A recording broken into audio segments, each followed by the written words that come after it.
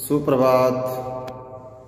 माँ सरस्वती के पावन मंदिर में सभी विद्यार्थियों का ऑनलाइन कक्षाओं की कड़ी में हार्दिक स्वागत एवं अभिनंदन। आज हम बीए और बीए बीएड प्रथम वर्ष के विषय इतिहास के रूप में प्रथम प्रश्न पत्र जो कि हमारा है प्राचीन भारतीय इतिहास, जिसका समय आरंभ से लेकर 12वीं शताब्दी का है, उसी विषय के हम आज टॉपिक के रूप में जो ले रहे हैं प्रकरण हमारा वो है पश्चिमी क्षत्रप एवं सातवाहन वंश, यानी कि मौर्य वंश के बाद भारत की सत्ता जिन छोटे छोटे राजवंशों के हाथ में रही, जिसमें कुछ स्वदेशी भारतीय वंश थे, कुछ विदेशी वंश थे जिन्होंने यहाँ पर सत्ता को स्थापित किया। उन्हीं का हम अध्ययन कर रहे हैं, जिसमें हमने कल पिछले क्लास में हमने पढ़ा शुंग वंश को पुष्यमित्र के आधार पर विशेष रूप से उल्लेखनीय उस वंश को जाना। तत्पश्चात अब जो पढ़ रहे हैं वो पढ़ेंगे हम। सबसे पहले शुरुआत करेंगे कर्ण वंश की। कर्ण वंश जो होगा वो छोटे और कम समय के लिए रहेगा। उसके पतन के पश्चात हम पढ़ेंगे सातवाहन वंश को, जो अपने आप में एक महत्वपूर्ण वंश रहेगा। और तत्पश्चात सातवाहन के बाद हम पढ़ेंगे यहाँ पर आने वाली पश्चिमी क्षत्रप जाति के रूप में यूनानी इंडो बैक्ट्रियन, जिनमें शकों के बारे में अध्ययन करेंगे। इस शकों के भारत पर कब कब आक्रमण हुए, शक जाति के द्वारा भारत पर जो आक्रमण किए गए उसमें कौन से शासक थे जिन्होंने उसका मुकाबला किया, वो विशेष रूप से उल्लेखनीय है। तो आइए शुरू करते हैं। सबसे पहले कर्ण वंश को। कर्ण वंश जो था वो किस में रहा और इसके प्रथम शासक कौन थे?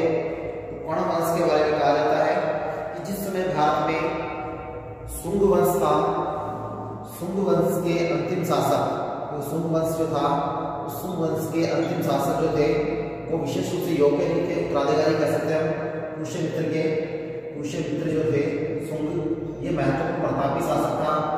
उस पुष्यमित्र शुंग के बाद उसके पुत्र और पौत्र आदि जो उत्तराधिकारी रहे, उन उत्तराधिकारियों में विशेष रूप से ज्यादा योग्यता का प्रभाव नहीं था, इसलिए उत्तराधिकारी में लास्ट का जो अंतिम जिसके समय की बात करें तो वो था कौन? जिसका नाम था देवभूति। क्या नाम था? देवभूति। देवभूति। इसके शासन काल में उसके सामंत, या ये कह सकते हैं देवभूति के क्या, देवभूति के वासुदेव नाम के सामंत या वासुदेव के द्वारा क्या कर लिया गया, उसकी हत्या कर दी गई और उसके स्थान पर एक नए वंश का आरंभ किया, जिसका नाम कर्ण वंश रखा गया। क्योंकि देवभूति का जो आमत्ते, इसको कह सकते हैं आमत्ते या सामंत कह सकते हैं, आमत्ते जो थे वासुदेव, इसके द्वारा क्या कर दिया गया, इसकी हत्या कर दी गई देवभूति की, और शुंग वंश को समाप्त करते हुए इस आमत्ते के द्वारा अर्थात वासुदेव के द्वारा कर्ण वंश की नींव रखी गई, अर्थात ये संस्थापक माना गया। ये क्या माना गया? संस्थापक। कर्ण वंश का संस्थापक कौन था? वासुदेव। तो वासुदेव के द्वारा कर्ण वंश की स्थापना की गई और ये अपने आप में एक ब्राह्मण था, इसलिए ब्राह्मण वंश के रूप में इसकी स्थापना मानी जाती है। जो आमत्य था वासुदेव वो क्या था? ब्राह्मण। और इसने शुंग वंश के अंतिम शासक देवभूति की हत्या करते हुए क्या किया? पुष्यमित्री शुंग के वंश को समाप्त कर दिया और एक नए वंश की स्थापना की, जिसको कर्ण वंश के नाम से जाना गया। इसका समय लगभग माना गया है कि 72 ईसा पूर्व से तक रहा। ये अपने आप में अल्प समय के लिए था, लेकिन महत्वपूर्ण वंश था। इसमें प्रमुख रूप से 4 राजा हुए, जिसमें पहला वासुदेव, दूसरा भूमिमित्र, तीसरा नारायण और चौथा सुशर्मा। सुशर्मा जो है इस वंश का अंतिम शासक जो रहा कौन रहा? सुशर्मा। ये जो है कौन से वंश का? कर्ण वंश का शासक जो था अंतिम, वो सुशर्मा था। और प्रथम जो था, प्रथम की बात करें तो वासुदेव था। प्रथम कौन था? वासुदेव। याद रहे, प्रथम वासुदेव था, सुशर्मा अंतिम था। टोटल इसमें 4 शासक हुए हैं। 4 शासकों में से प्रथम और अंतिम का में नाम याद रखना है। प्रथम शासक संस्थापक के रूप में वासुदेव रहा और अंतिम शासक के रूप में सुशर्मा रहा, जिसकी हत्या करके उस वंश का अंत करने के बाद सातवाहन वंश की नींव स्थापित की गई, अर्थात सातवाहन वंश को स्थापित किया गया। और इस वंश के संस्थापक के रूप में जो माना जाता है वो कौन था? शिमुक। शिमुक को सातवाहन का संस्थापक माना जाता है। सातवाहन वंश पढ़ेंगे हम नेक्स्ट। और सातवाहन वंश का संस्थापक कौन होगा? सातवाहन वंश का संस्थापक शिमुक। याद रहे, शिमुक जो था वो सातवाहन वंश का संस्थापक था, जिसने सुशर्मा की हत्या करते हुए उसको शासन की गद्दी से उतारते हुए क्या किया? एक नवीन राजवंश को स्थापित किया। और इन्होंने 3री शताब्दी ईसा पूर्व में इस वंश के संस्थापक के रूप में अपनी पहचान बनाई। तो ये अपने आप में महत्वपूर्ण वंश था सातवाहन वंश, जो कर्ण वंश के बाद में कर्ण वंश के अंतिम शासक, इसको सुशर्मा को पराजित करते हुए उसे हटाकर, क्योंकि ये भी उसी का सामंत था, और उसने गद्दी प्राप्त करने के बाद कर्ण वंश को समाप्त कर दिया। तो ये उल्लेख कहाँ से मिलता है? पुराणों के आधार पर, जो वैदिक साहित्य है पुराण, उसके आधार पर यह पता चलता है कि कर्ण वंश का अंत जो किया वो शिमुक के द्वारा किया गया। शिमुक जो कि एक अपने आप में क्या था? सामंत था, और उसने सुशर्मा का, जो कि कर्ण वंश के अंतिम शासक थे, उसका अंत करते हुए सातवाहन वंश की नींव रखी। तो आइए हम पढ़ते हैं दूसरा पॉइंट, सातवाहन वंश। इसके पॉइंट नंबर 1 है सातवाहन कौन थे, उनकी जाति क्या थी, उनका मूल स्थान क्या था, और उनका उदय जो हुआ वो किस रूप में हुआ। ये तीनों चीजों का घटनाक्रम हम इस पहले पॉइंट में पढ़ेंगे सातवाहनों के संदर्भ में। तो देखिए, सातवाहन वंश के आरंभिक रूप में हम देखें तो शिमुक के द्वारा इस वंश को स्थापित किया गया, क्योंकि मगध पर आक्रमण करते हुए शिमुक ने सुशर्मा को पराजित कर मगध पर अधिकार करते हुए सातवाहन वंश की स्थापना की, जिसका उल्लेख पुराणों से ज्ञात होता है, जिन्हें अर्धजातीय भी कहा जाता है। ब्राह्मण ग्रंथों के अनुसार सातवाहन जो थे वो विशेष रूप से अनार्य थे। ब्राह्मण धर्म ग्रंथ क्या कहते हैं? सातवाहन कौन थे? अनार्य, अर्थात उनको आर्य स्वीकार नहीं किया गया है। जबकि डॉक्टर हेमचंद्र सूरी या चौधरी के अनुसार सातवाहनों को कोई एक निश्चित मूल स्थान नहीं बताया गया, उनके बारे में अलग अलग मत दिए गए हैं, उनको अलग अलग जगह का बताया गया है। तो हेमचंद्र सूरी के द्वारा उनका मूल स्थान देखेंगे कहाँ कहाँ पर इनको बताया गया है। सातवाहनों का मूल स्थान या उदय देखें तो सातवाहनों की जो जाति थी उसका मूल स्थान के बारे में विद्वान मतभेद रखते हैं, और उसी मतभेद के आधार पर कुछ इन्हें दक्षिण भारत का निवासी मानते हैं, जबकि कुछ इन्हें कृष्णा और गोदावरी नदियों के बीच का जो प्रदेश है, इसे आंध्र प्रदेश कहते हैं। गोदावरी और कृष्णा नदी जो है उसके बीच का जो प्रदेश है, जिसे किस नाम जानते हैं? बीच के भूभाग को, वहां का इनको निवासी माना गया, जो कर्नाटक के आसपास का क्षेत्र है, वहां का इनको निवासी बताया गया है। तो ये इनके मूल निवास स्थान को लेकर अलग अलग मत दिए गए हैं इनके द्वारा, इतिहासकारों के द्वारा। साथ ही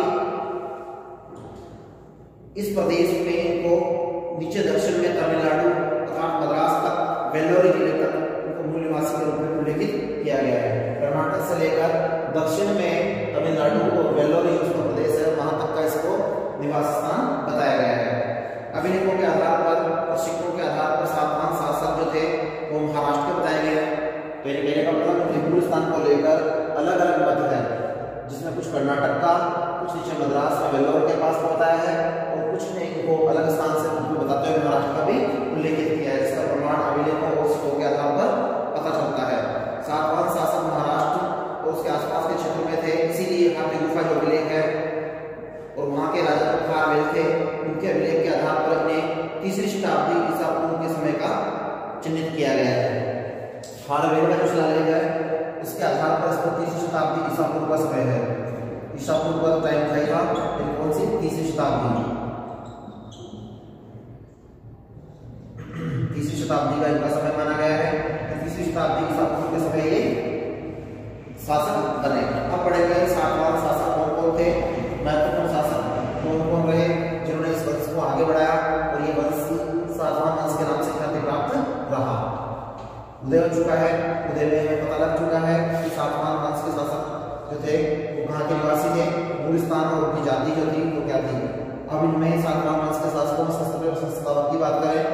सिमुक का नाम आता है। किसका नाम आता है? सिमुक। सिमुक इस वंश का मूल संस्थापक था। सातवाहन राज्य के संस्थापक के रूप में सिमुक को माना गया है। उसका काल जो माना गया है वो 70 ईसा पूर्व से 28 ईसा पूर्व माना गया है। 70 ईसा पूर्व से लेकर 28 ईसा पूर्व तक का जो टाइम है वो किसका माना गया है? सिमुक का माना गया है। ये अपने आप में एक महत्वपूर्ण समय है जो इस चीज को इंगित करता है कि सिमुक ने शासन जो किया वो कब से कब तक किया। और ये किस रूप में था? संस्थापक के रूप में था। किस वंश के? सातवाहन वंश के संस्थापक के रूप में। सिमुक के द्वारा क्या किया गया? पुराणों के अनुसार सिमुक ने 23 वर्ष शासन किया। सिमुक के बाद उसका भाई कृष्णराज राजा हुआ। ये भी याद है कि सिमुक के बाद उसका भाई जो था कृष्ण वो क्या बना? राजा बना। तो सिमुक के बाद कृष्ण को राजा बना गया जो कि उसका भाई था और 23 वर्ष उसने शासन किया। उसी के साथ साथ ये भी माना गया है कि उसने अपने साम्राज्य का विस्तार जो किया वो कहाँ तक किया? मतलब नासिक तक फैलाया। वह ब्राह्मण होते हुए भी क्या था? ब्राह्मण होते हुए भी उसने 18 वर्ष धर्म के प्रति उदारता का परिचय देते हुए बौद्ध धर्म को भी अनुसरण दिया। उसने 18 वर्ष तक शासन किया। उसके बाद सिमुक का पुत्र सतकर्णी, जिसको सतकर्णी राजा के नाम से जाना जाता है, सतकर्णी ने शासन बनते ही याद रहे कृष्ण के बाद सिमुक के बाद कृष्ण के बाद सतकर्णी जो था वो राजा बना। उसका पुत्र था सिमुक का पुत्र था, वो शासक बना। और शासक बनने के बाद इसने जो कार्य किए उनकी चर्चा करें तो पता चलता है कि सतकर्णी राजा बनने के बाद उसने साम्राज्य का विस्तार किया और मालवा के प्रदेश को जीतकर उसने अश्वमेध यज्ञ किया और अश्वमेध यज्ञ करने के साथ अपनी प्रतिभा को परिचित किया। सतकर्णी ने ही दक्षिण पंथी की उपाधि धारण की थी। वह सातवाहन वंश का सबसे महान और प्रतापी शासक माना जाता है। सतकर्णी को क्या माना जाता है? सतकर्णी को सातवाहन वंश का सबसे प्रतापी शासक माना गया है। ये अपने आप में एक महत्वपूर्ण शासक था क्योंकि इसने अश्वमेध यज्ञ करवाया और साथ ही साथ अपने राज्य की सीमाओं का भी विस्तार किया। ठीक है। सतकर्णी ने शासन काल के दौरान अनेक महत्वपूर्ण कार्य किए जो प्रजापालक के रूप में माने जाते हैं। उसी के द्वारा सबसे महत्वपूर्ण कार्य जो किया वो नैनिका के नानघाट पर एक लेख चित्रण करवाया गया जिसकी महानता का उल्लेख करता है। कहाँ पर करवाया? नैनिका के नानघाट नामक स्थान पर एक लेख है जो उसकी महानता का उल्लेख करता है, जिसमें उसके राज्य काल में वैदिक धर्म का पुनरुत्थान का उसका उल्लेख भी पता चलता है। जैसे पता चलता है सातवाहन के जो शासक थे इन्होंने वैदिक धर्म की संस्कृति को क्या किया? उन्हें साक्षात्कार करते हुए उनको अपनाया और उसी के साथ साथ इन्होंने बौद्ध धर्म को भी क्या दिया? पुनरुत्थान दिया, उसको आगे फैलाया। सातवाहन वंश में लगभग 100 वर्षों तक निर्बल शासक ने शासन किया और उसके बाद सातवाहन वंश का अगला प्रतापी शासक जो माना गया वो गौतमीपुत्र सतकर्णी जो है वो अगला महत्वपूर्ण शासक माना जाता है। तो महत्वपूर्ण शासकों में सबसे पहले सतकर्णी का नाम आता है। सतकर्णी के बाद जो नाम आएगा तो महत्वपूर्ण शासकों की बात करेंगे तो गौतमीपुत्र सतकर्णी जो था वो उल्लेखनीय शासक माना गया है। गौतमीपुत्र सतकर्णी जो थे उनके बारे में देखते हैं। उन्होंने क्या किया? गौतमीपुत्र सतकर्णी ने सबको पराजित किया और अपने वंश की प्रतिष्ठा को स्थापित किया। ये भी याद रहे कि सातवाहन वंश के शासक गौतमीपुत्र सतकर्णी ने ही किसको पराजित किया था? सब जातियों की विदेशी जाति के रूप में उसने पराजित किया, सबों को पराजित किया। तो ये भी याद रहे सबों को पराजित करने का कार्य गौतमीपुत्र सतकर्णी के द्वारा ही किया गया था। उसका शासन काल 24 वर्ष का माना गया है। उसके शासन काल में अनेक विकासात्मक कार्य किए गए। उसने लगभग 106 ईसा पूर्व से लेकर 130 ईसा पूर्व तक शासन किया। इस काल में शक संवत आरंभ हुआ, इसलिए शक संवत का काल भी यही माना जाता है। शक संवत गौतमीपुत्र सतकर्णी के काल को ही विशेष रूप से लेनी माना जाता है। और शक संवत जो माना गया है वो इसीलिए माना गया है क्योंकि शक संवत सबों को पराजित करने के कारण गौतमीपुत्र सतकर्णी के द्वारा सबों को पराजित करने के कारण एक संवत चलाया और उस संवत का नाम जो रखा गया वो क्या रखा गया? सत संवत के नाम से रखा गया। तो ये भी अपने आप में पहचान है इस चीज की कि सातवाहन वंश के प्रमुख शासक के रूप में गौतमीपुत्र सतकर्णी ने सबों को पराजित किया और सबों को पराजित करने के बाद सत संवत को प्रचलित किया। अब करेंगे बात सातवाहन शासकों का साम्राज्य विस्तार की। सातवाहन वंश के साम्राज्य विस्तार में गौतमीपुत्र सतकर्णी का महत्वपूर्ण योगदान रहा। उसने अपने साम्राज्य को दक्षिण में कृष्णा नदी से लेकर सौराष्ट्र व मालवा तक और पूर्व में विदर्भ से लेकर पश्चिम में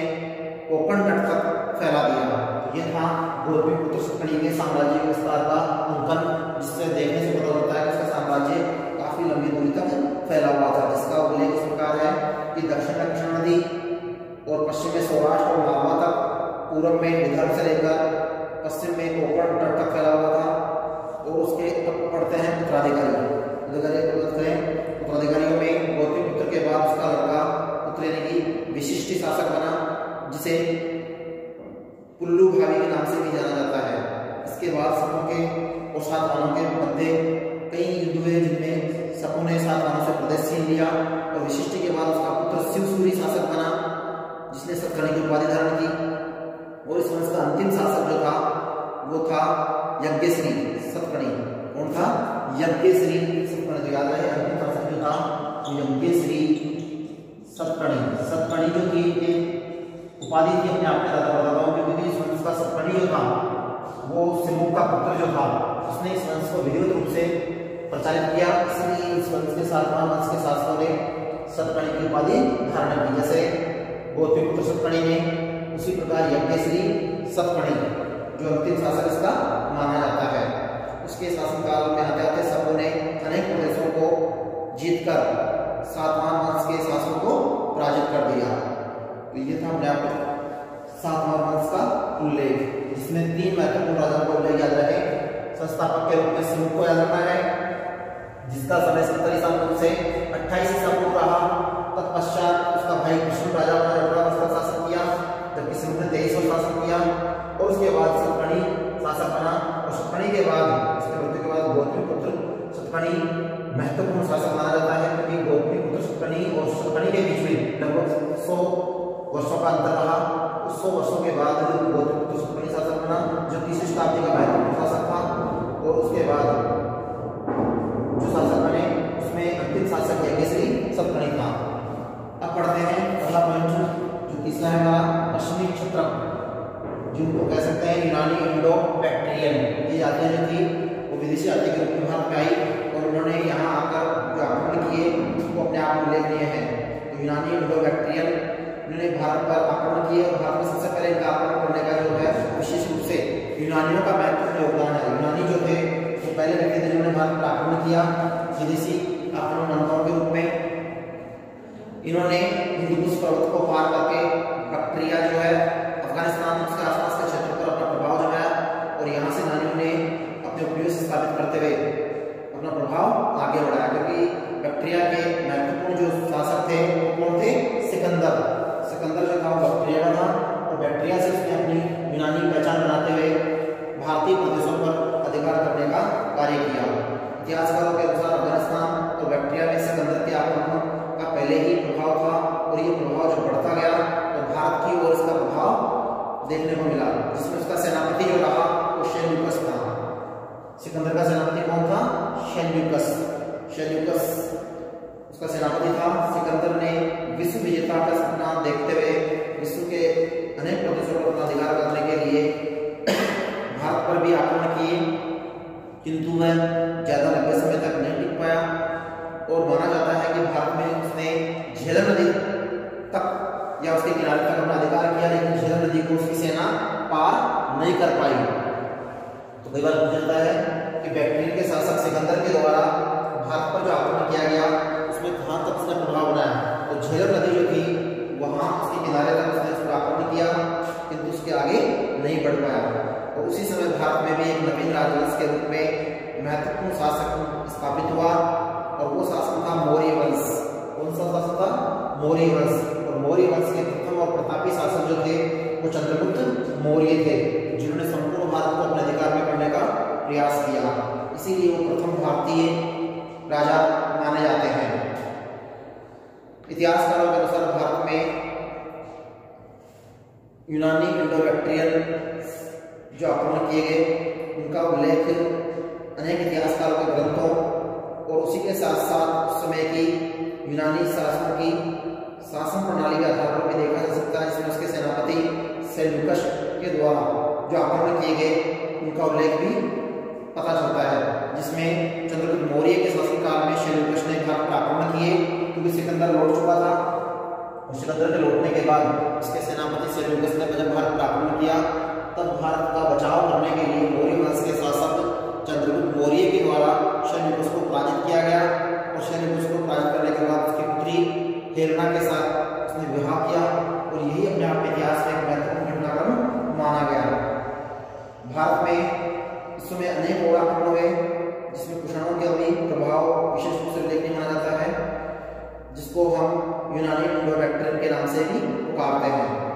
पढ़ेंगे भारत पर यूनानियों का शासन जो रहा, जैसे सिकंदर का, उसके आक्रमण के फलस्वरूप भारत की संस्कृति पर जो प्रभाव पड़े वो देखेंगे। और उसी के साथ साथ हम शकों के आक्रमण को भी देखेंगे।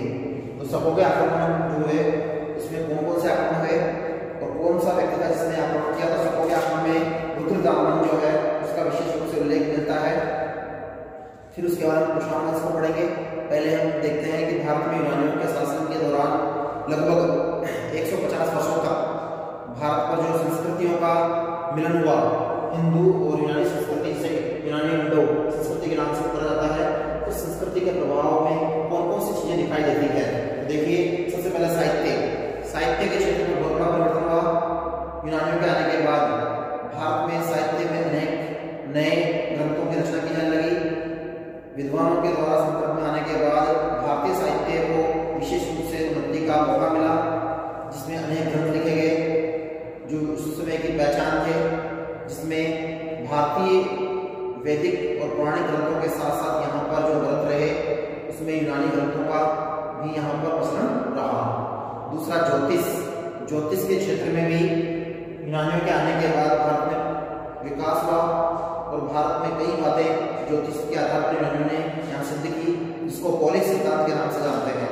ज्योतिष सिद्धांत को किसान जानते हैं, पॉलिस सिद्धांत के नाम से भी जानते हैं, क्योंकि यूनानियों की देन थी जो पॉलिस सिद्धांत उन्होंने दिया, जिसके आधार पर हमारी जो राशियां हैं 12, उन राशियों को भी ग्रेविक कैलेंडर के आधार पर इसी में बताया गया है। ज्योतिष के ज्ञाता के रूप में यूनानियों को विशेष रूप से पहचान थी, इसलिए भारत में उन्होंने ज्योतिष संबंधी जो कार्य किया वो विशेष रूप से उल्लेखनीय माना गया। अब उसके बाद तीसरा बिंदु आता है चिकित्सा के क्षेत्र में। यूनानियों की जो देन थी वो सबसे पहले साहित्य के क्षेत्र में हो चुकी। साहित्य में भट्टार जो लिखे गए, जैसे इतिहास में हेरोडोटस, भूगोल में प्लूटो, अलग अलग जो इतिहासकार थे उनके द्वारा जो कार्य किया गया वो विशेष उल्लेखनीय है। ठीक है, इसी प्रकार ज्योतिष के क्षेत्र में, इसी प्रकार चिकित्सा के क्षेत्र में भारत में यूनानियों को विशेष श्रेणी दी गई है, क्योंकि चरक ने जो चिकित्सा के संबंधी नियम जो बताए वो यूनानी चिकित्सा पर ही आधारित थे। तो साहित्य हो गया है, दूसरा है वो क्या हो गया है, ज्योतिष हो गया है, जिसमें विशेष रूप से पहचान थी ज्योतिष, और तीसरा चिकित्सा। ठीक है, और नंबर 4 पर अगर हम बात करेंगे तो यूनानियों की देन जो रही वो कला के क्षेत्र में, इसके क्षेत्र में कला के क्षेत्र में देन, कला में भी इनका विशेष उल्लेखनीय योगदान है। कला के क्षेत्र में यूनानियों की देन, कला के क्षेत्र में यूनानियों की क्या देन थी। कला के क्षेत्र में यूनानियों की देन की बात करें तो भारत में स्थापत्य कला पर गहरा प्रभाव पड़ा, जिसमें तक्षशिला में जो मंदिर बनाए गए वो इसी शैली पर आधारित थे, जिसको यूनानी शैली के नाम से जाना जाता है। यूनानी शैली का प्रभाव गांधार शैली के रूप में भी उल्लेखित है।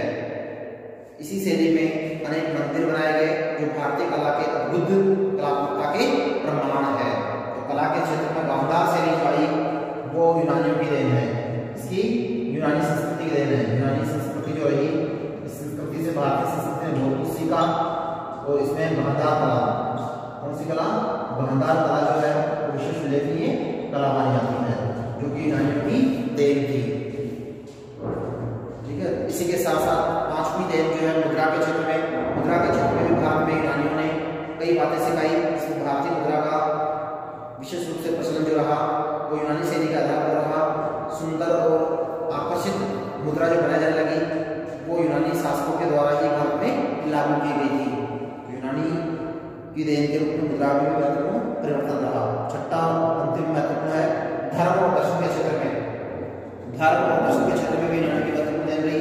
यूनानियों ने सर्वाधिक प्रभाव धर्म और दर्शन को दिया। जैसे कई यूनानी शासकों ने भारतीय धर्म अपना लिया, जैसे मेनेंडर ने बौद्ध धर्म को स्वीकार किया, एंटियोनिक्स ने उसके राजदूत हेरोडोटस थे विष्णु भगवान को उपासक मानकर वैदिक धर्म या भागवत धर्म का अनुसरण किया। उसने बेस नगर में गरुड़ ध्वज की स्थापित करते हुए उसको राजधानी बनाया। ये अपने आप में यूनानियों के राजाओं की महत्वपूर्ण देन है जो धर्म दर्शन के रूप में है। भारत में यूनानियों ने भारतीय संस्कृति को अपनाने के साथ साथ अनेक क्षेत्रों में मिलकर भारतीयता का प्रमाण दिया। तो ये अपने आप में महत्वपूर्ण उदाहरण है यूनानियों का। यूनानियों के द्वारा भारत में भारतीय संस्कृति को अपनाया गया और उसके आधार पर यहाँ के धर्म का अनुसरण भी किया गया, और उसी धर्म के आधार पर कुछ राजाओं के उदाहरण जो हमने देखे जो उल्लेखनीय है, जिसमें मेनेंडर का है जिसने बौद्ध धर्म स्वीकार किया, हेरोडोटस है जिसके राजदूत जो थे, एंटियोकस के राजदूत जो हेरोडोटस थे, उन्होंने विष्णु भगवान को आदिदेव मानकर उन्होंने भागवत धर्म को स्वीकार किया और गरुड़ ध्वज को अपना राष्ट्रीय चिन्ह बनाते हुए उसने उसको राजधानी बनाया। ये अपने आप में भारतीय संस्कृति का प्रमाण था। अब बात करते हैं शक की कि भारत में जो शक थे उनके आक्रमण किस प्रकार हुए। तो भारत में शक के आक्रमण लगभग 175 से लेकर 165 ईस्वी यानी ईसा पूर्व तक रहे। 175 से लेकर ईसा पूर्व से 165 ईसा पूर्व तक शकों के आक्रमण रहे। इन शकों के आक्रमणों में विशेष रूप से काबुल, कश्मीर, पंजाब आदि क्षेत्रों पर आक्रमण रहे। सब राज्यों में रुद्रदामन प्रथम का उल्लेख विशेष रूप से उल्लेखनीय मिलता है। अगर सब राजाओं की बात करें, शकों के आक्रमणों की बात करें, तो रुद्रदामन जो था उसका विशेष रूप से उल्लेख पता चलता है, जिसने आक्रमण किया और जो महाक्षत्र और रुद्रदामन प्रथम के नाम से विशेष ख्याति प्राप्त रहा। अभिलेखों में भी शक संवत के आधार पर 130 ईस्वी के समय का उल्लेख मिलता है। कईयों में 52 शक संवत के आधार पर उल्लेख है। इसका उल्लेख इतिहास के साथ साथ भूगोल में भी है। इन भूगोल के ज्ञाता जो थे टोलमी जो थे उनके द्वारा किया गया। जूनागढ़ अभिलेख में भी रुद्रदामन की प्रस्तुति का उल्लेख मिलता है जो 150 ईस्वी की है। 72 ईस्वी का शक संवत विशेष रूप से उल्लेखनीय है। इसके काल में शकों का विस्तार अंतिम रूप से सौराष्ट्र, सिंध, कच्छ और दक्षिणापन तक प्रसारित हो गया। जैसे कि बताया था कि शक संवत जो है वो पुष्पनी के द्वारा कराने के बाद यहाँ पर शक संवत लागू किया गया और शक संवत का रुद्रदामन जो था वो उस समय के वहाँ के राजा थे जिनका विशेष रूप से उल्लेख पता चलता है। तो ये था भारत पर शकों के आक्रमण। तो आज हमने पढ़ा मौर्य काल के बाद भारत में आने वाली जातियां, जिनमें शुंग वंश, कर्ण वंश, सातवाहन वंश और पश्चिमी क्षत्रप वंश, और अब पढ़ेंगे लास्ट में अंतिम जिसको कुषाण वंश के नाम से उल्लेखित करेंगे। कुषाण वंश के बारे में हम नेक्स्ट अगली क्लास में विस्तार से अध्ययन करेंगे, क्योंकि कुषाण वंश से संबंधित एक प्रश्न विशेष रूप से पूछा जाता है जिसमें कुषाण वंश के शासक कनिष्क के बारे में विस्तार से याद होना आवश्यक है। तो हम कुषाण वंश के शासक जो थे कनिष्क, उसका अध्ययन करेंगे नेक्स्ट क्लास में। आज इस क्लास में हमने पश्चिमी क्षत्रप और सातवाहन वंश को और कर्ण वंश को विशेष रूप से उल्लेखनीय रूप से अध्ययन किया, जिसमें भारत पर होने वाले विदेशी आक्रमणों में शकों के अध्ययन को भी देखा। धन्यवाद।